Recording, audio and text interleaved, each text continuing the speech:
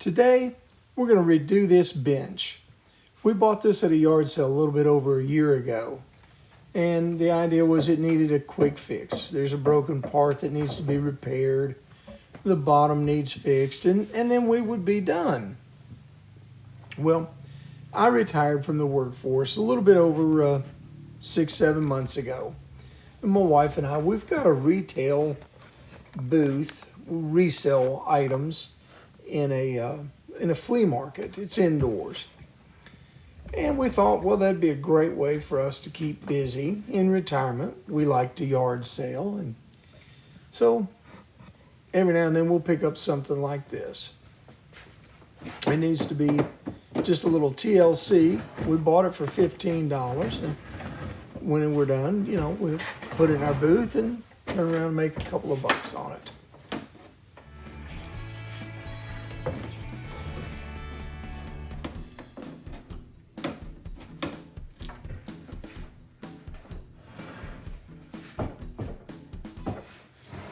The bench that I'm setting this on was my dad's, and before that it was his dad's. And in this video you will probably notice the tools that I use are old, and they're most likely came from either my dad or my granddad.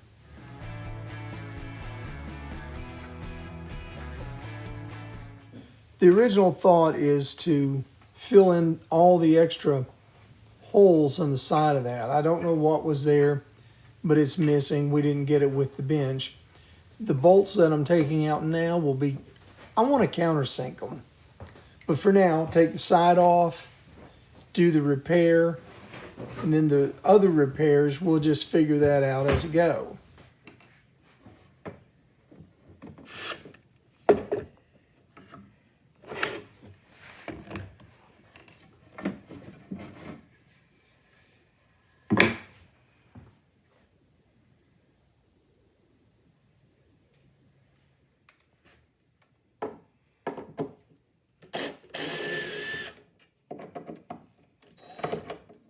Whenever I take something apart, a lot of times I'll use old medicine bottle to put the small pieces in, because if you drop it, a screw is hard to find on the floor with sawdust and everything else.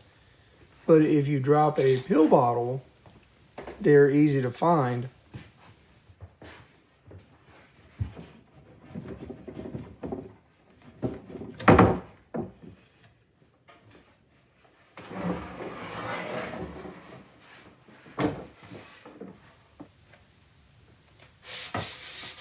The broken pieces need to be sanded just a little bit before they're glued up. After you get them sanded, they're going to go into the vise, and I'm going to mark them for the dowels. Hey, check out the vise. That was on my granddad's bench. That was a Columbia brand made in Ohio. And just an interesting old vise. I don't know how old it is. I'm going to assume it's from probably the 40s or 50s. The ruler that I'm using there, that was my dad's, and I remember as a little boy, there's a crack in one end of that, and I cracked it. My dad didn't get after me, but the look on his face, I still remember it. The look on his face, he was plenty upset that I had cracked it, but I didn't break it all the way. Every time I come into the shop, there's so much in here that was either my dad's or my granddad's that over the years have used together. It's just a nice reconnection for me, and I do enjoy it.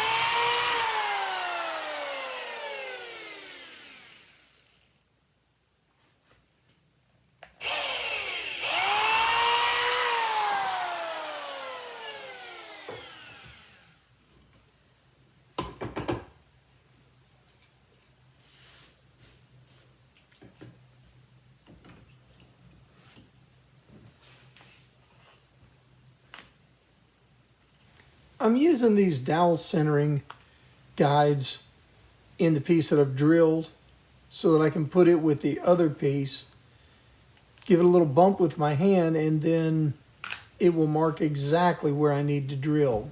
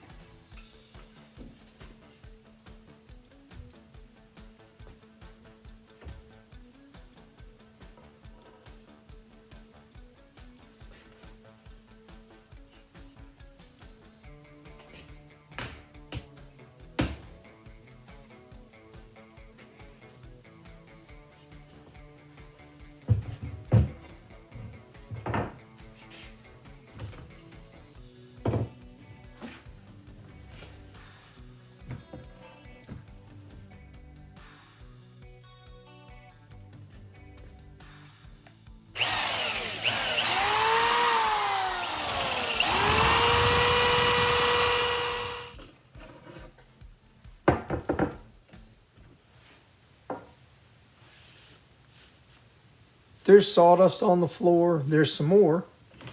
Hey, it's not sterile. It's a workshop, and you know, there's going to be sawdust on the floor, sawdust here and there. I'll clean it up.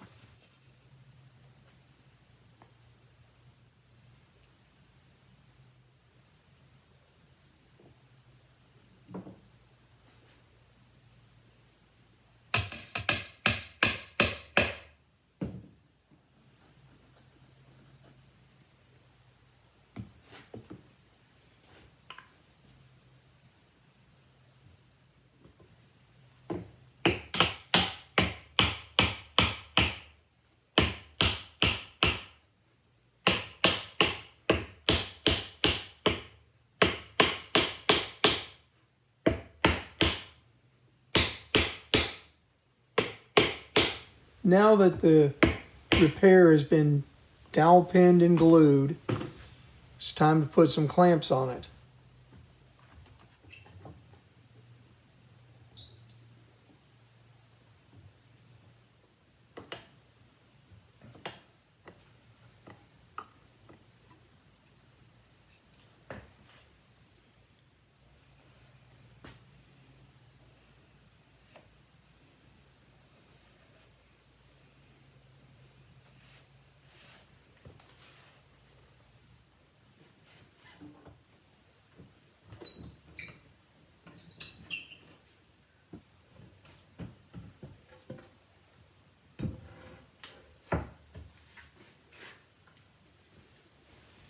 Well, that repair is made. Now it's time to address all those little bolt holes, dowel holes, that we're not going to use, we don't need. What I'm going to do is mark some dowels, cut them off to size, glue them in place, and fill the holes.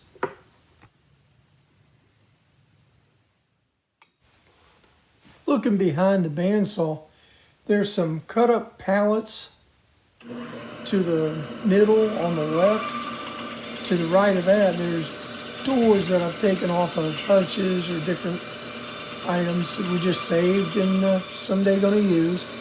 Up above that, walnut and pine. Speaking about the different kinds of woods, I always save different species of sawdust. I know some people do that. That way, when I'm going to glue something like I am right here, I've got the right kind of wood saved up. I'll mix it with the wood glue, and it blends so much better.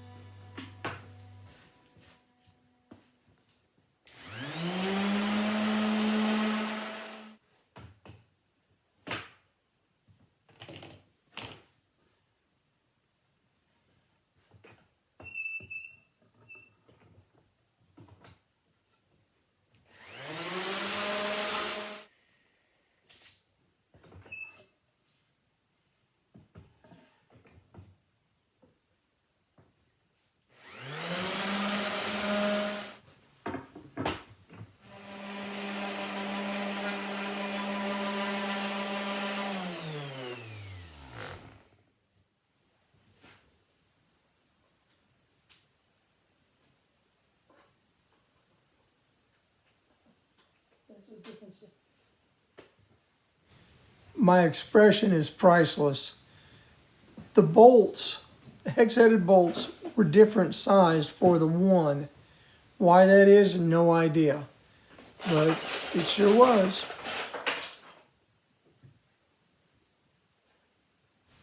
I'm sure I'm the only one who ever talks to himself in the shop, right? Right.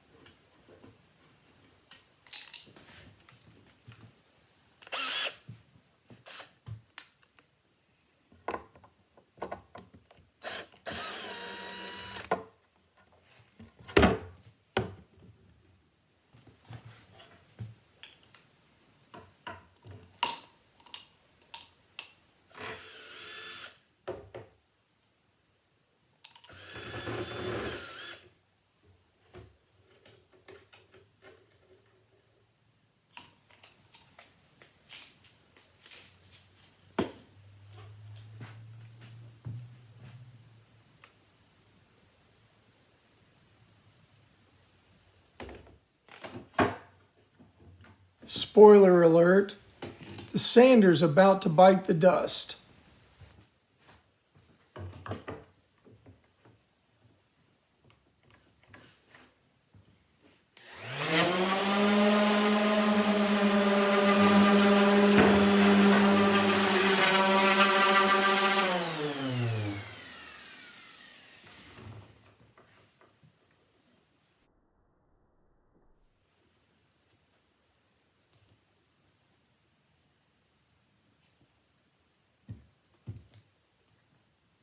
It wasn't a total surprise when the sander came apart. It had been feeling funny when I used it.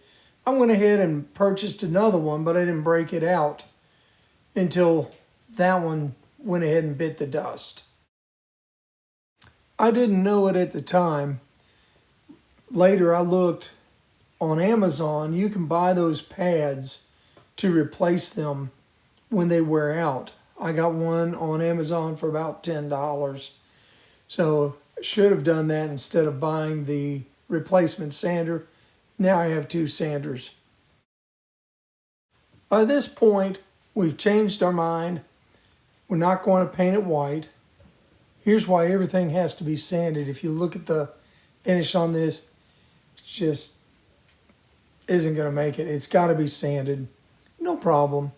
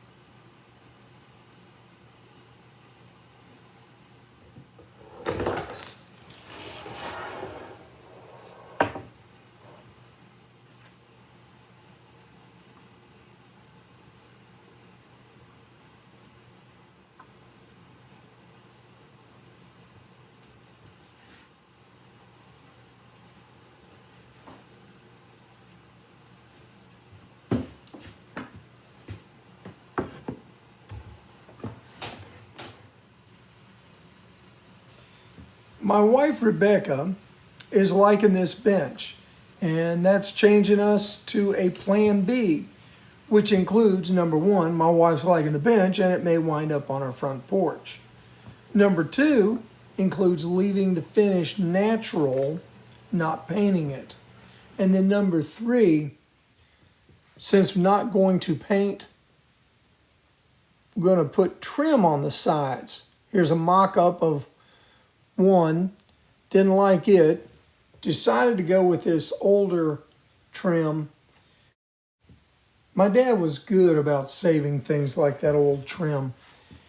And down the road, you know how it is, some of that stuff will come in handy. You just haven't found its purpose yet. Well, this trim found its purpose now.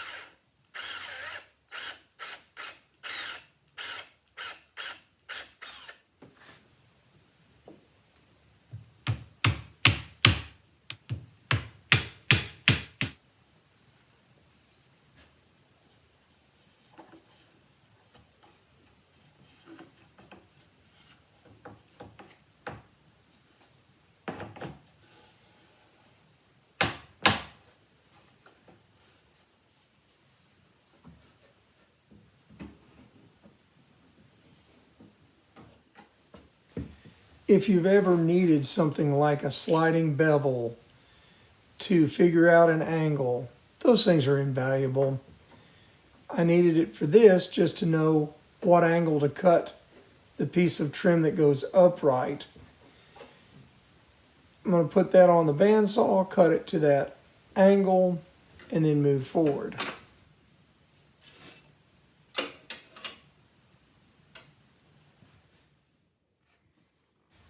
I worry sometimes talking about my dad's tools or my grandfather's tools.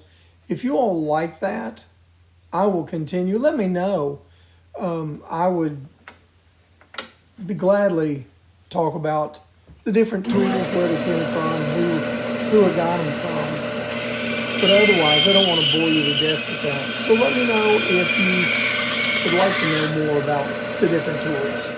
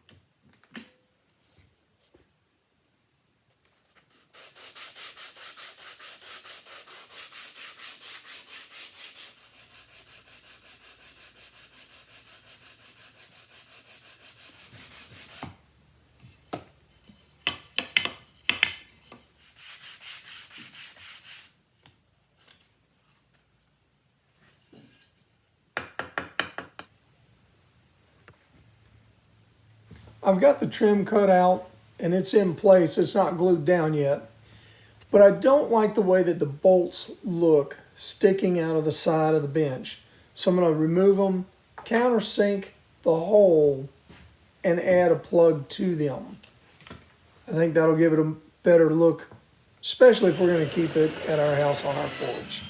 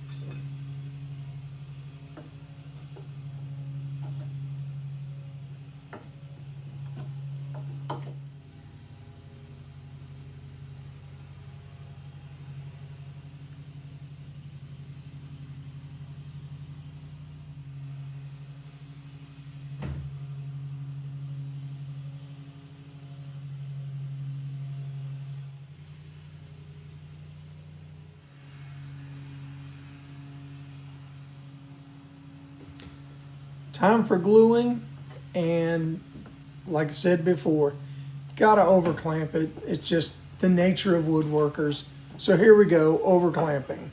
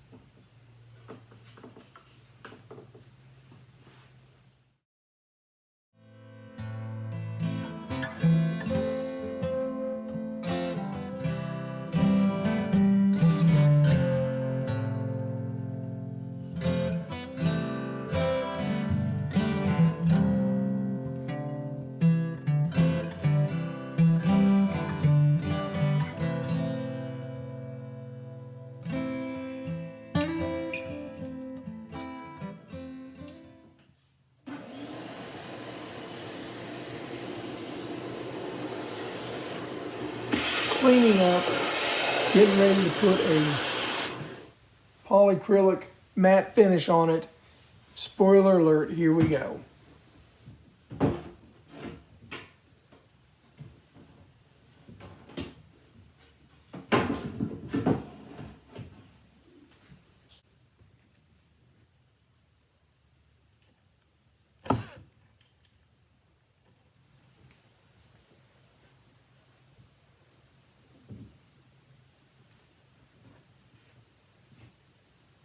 You see the problem right there.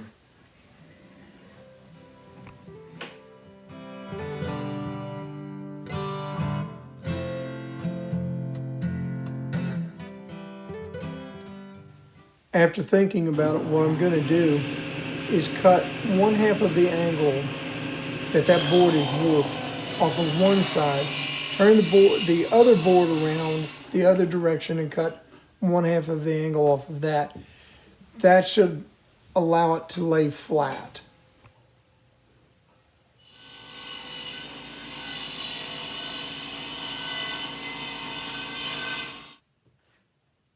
Next, I'm going to use a biscuit joiner to join the two parts of the board back together. Glue it, clamp it, and come back tomorrow to carry on.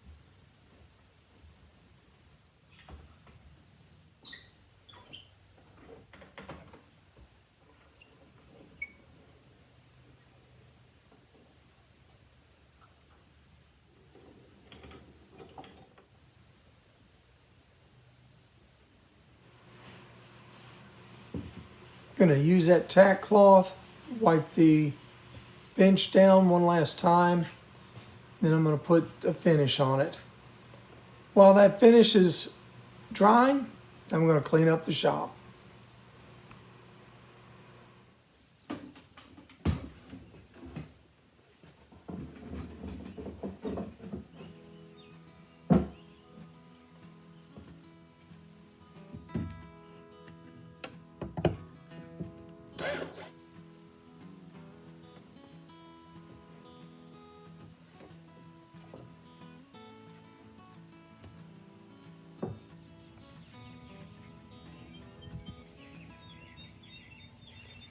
Before you go, do me a favor, hit that thumbs up button. It helps me on my channel. Come back and see me again. We'll be doing something else in the shop soon. Until next time, we'll see ya.